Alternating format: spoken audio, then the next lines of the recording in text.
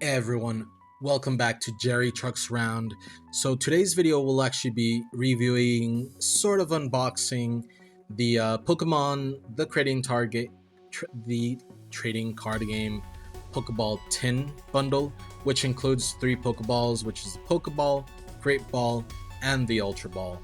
Each of these Pokeballs includes 3 booster packs, right, containing also 2 sticker sheets per Pokeball. Man, the build, the materials are amazing. I seriously did not expect it to be this way. We'll jump into that in a few, but first of all, because this is my first, sort of review unboxing of a Pokemon item, which I'll be definitely doing more in the future. I want to do this one a little differently. So we're not going to be, talking strictly about this one right here, but you know, we'll jump into a few, Pokemon origins, oddities and stuff like that. So let's jump right ahead into it. So Pokemon is short for Poke Monsters, right? This was created by Satoshi Tajiri and Ken Sugimori. The franchise actually debuted in 1996 with the release of Pokemon Red and Pokemon Green for the Game Boy, and that was for Japan only. As you might already know, Pokemon was actually inspired by Tajiri's childhood fascination with bugs and collecting bugs. So this sort of evolved into what became Pokemon, right? And from the video games, that evolved into this very amazing global phenomenon, spanning video games, TV shows, movies, and the heck of a lot more, right? Um, I mean, the first Pokemon game took 6 years to develop. And as someone who, plays around with coding, man, it makes sense, right? I mean, coding this game for 6 years, developing, obviously, I mean, not just strictly coding, but it makes sense. It's a very amazing game. Definitely, it's I didn't get to play the actual game right on the Game Boy until about 1999 or 2000 with Pokemon Yellow. That was my first, game that I jumped into. But obviously, way before I was already into Pokemon. Um, it was one heck of an amazing, you know, it was a sensation. You know what I mean? And it's weird because the Pokemon anime was actually meant to only last one season. Not many people know that, and as well with the whole, development, Mew's existence was actually kept secret until very late in development. Something that I find kind of weird and funny is that the Pokemon, the trading card game, right, was actually initially very unpopular in Japan, but as it grew, I mean, it became, like I said, a very weird sensation. Amazing, just very popular thing. Obviously, because of that, the Pokemon Stadium game was originally a Japan exclusive game. Once the popularity grew over there, and the first Pokemon movie, I mean, to no one's surprise, right, was a massive box office success. For example, the Pokemon Snap game was originally designed as a wildlife photography game. That's pretty wild, man. I mean, that's kind of crazy. So jumping back to the unboxing really quick here, and we'll continue with other random facts. You'll notice that the build, like I said before, the tin build, man. You look at that. That's amazing. It feels great. It handles. Oh my god, it's amazing. Like for someone who kind of grew up with this, um, man, it's pretty crazy. Obviously, like I said, each Pokeball contains 3 booster packs. Um, they're all random. I mean, we see Paradox Rift right here, Obsidian Flames, Scarlet and Violet. And man, it's for someone who's coming back into Pokemon like I am, because this is recent. I mean, I'm just recently coming back into Pokemon. This is crazy, man. I mean, this is nice. It feels good to go back and into the, you know, collecting these cards, and hopefully, creating my own deck soon. So I'll actually go ahead and start playing. Um, so jumping into the facts, right? Um, Something that kind of messed with me was the Pokemon theme song, right? I mean, everyone knows it. It was actually recorded in one single day, and it's crazy, man. And so Pokemon's popularity was so widely received that it led to real-world scientific studies on its impact. And I mean, the Pokemon anime aired in over 100 countries, right? It generated billions in revenue annually, and I mean, because it has the Pokemon world itself has so many unexplained mysteries. Um, some Pokemon abilities are inspired by actual real world physics, right? Pokemon lore is actually it includes real life references to ancient civilizations, right? Um, and all these things. I mean, obviously, the fan base that it grew with, right? The everyone following, man, it became this amazing. I don't even want to call it overnight sensation because I mean definitely took its time, right? But when it hit the market, when I was a kid, man, this was something crazy. By the way, that card is amazing. Um, but yeah, I mean, for example, uh,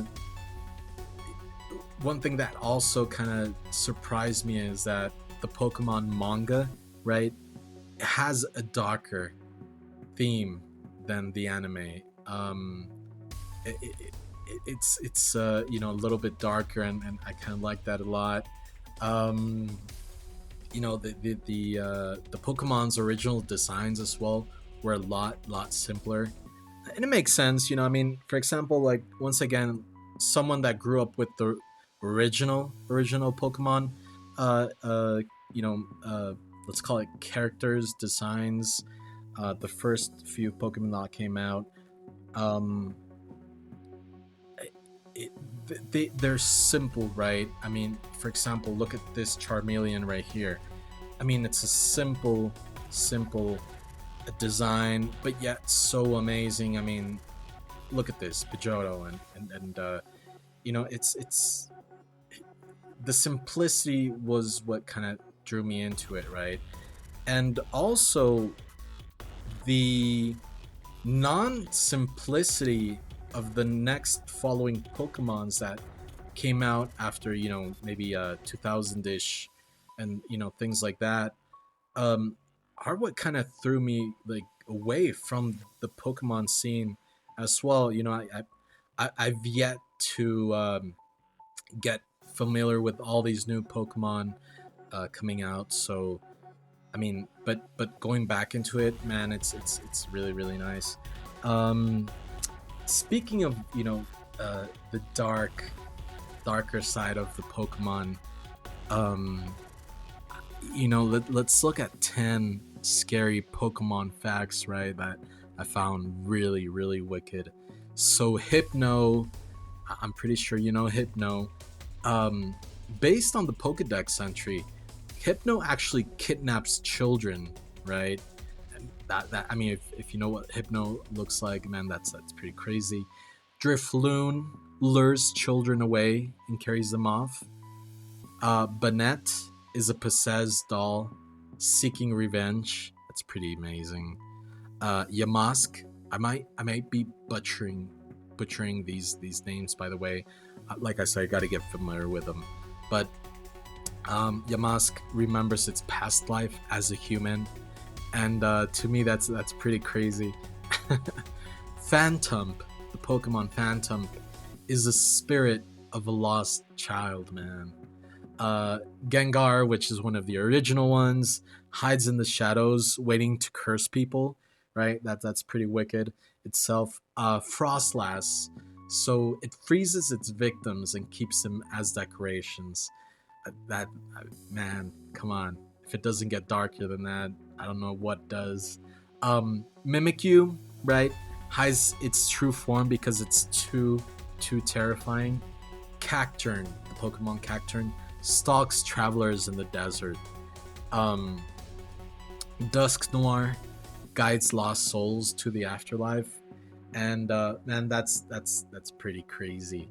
Um, so as you know, I mean, the franchise success obviously led to multiple spin-off games, and I just recently started playing um, Pokemon Yellow. I got back into it.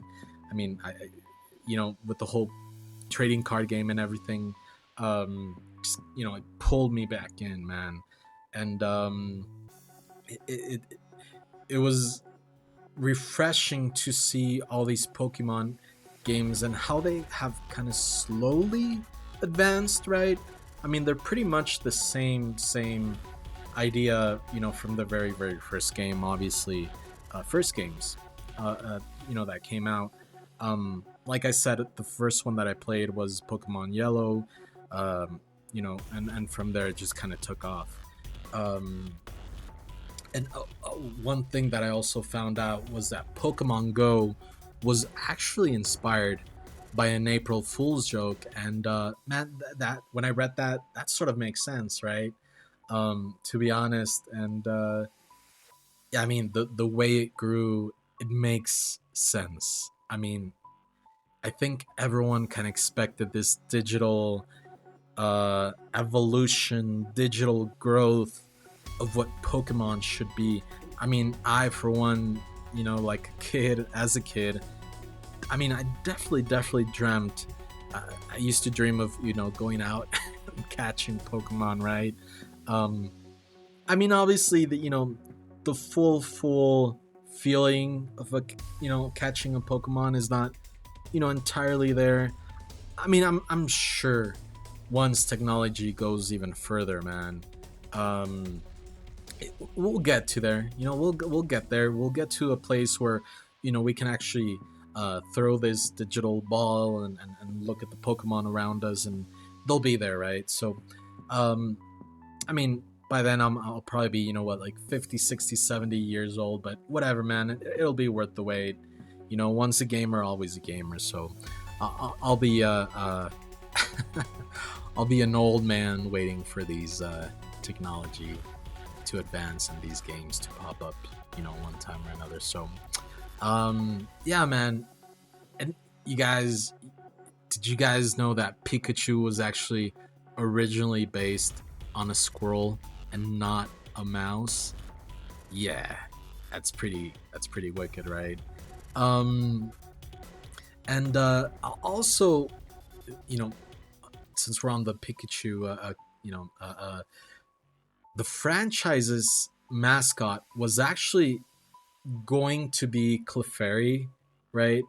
Find that kind of funny, but it makes sense. I mean, Clefairy's, kind of like a lovable Pokemon, but yeah, man, it was supposed to be Clefairy instead of Pikachu, but I guess, um, Pikachu hit the right spots with the right people, and yeah, I mean, it kind of went from there, and I guess, you know, with Pokemon Yellow and Pikachu being, such an amazing um, character design to look out, it makes sense, right? To look at, I mean. So yeah, I mean, guys, this is an amazing collection, Tin Bundle. I do recommend it. The the pulls are not that bad, actually. Um, the design, the concept of these Pokeballs, right, containing the booster packs and everything. Um, oh, and check this out. That's my finger, man. Y'all check out that outro.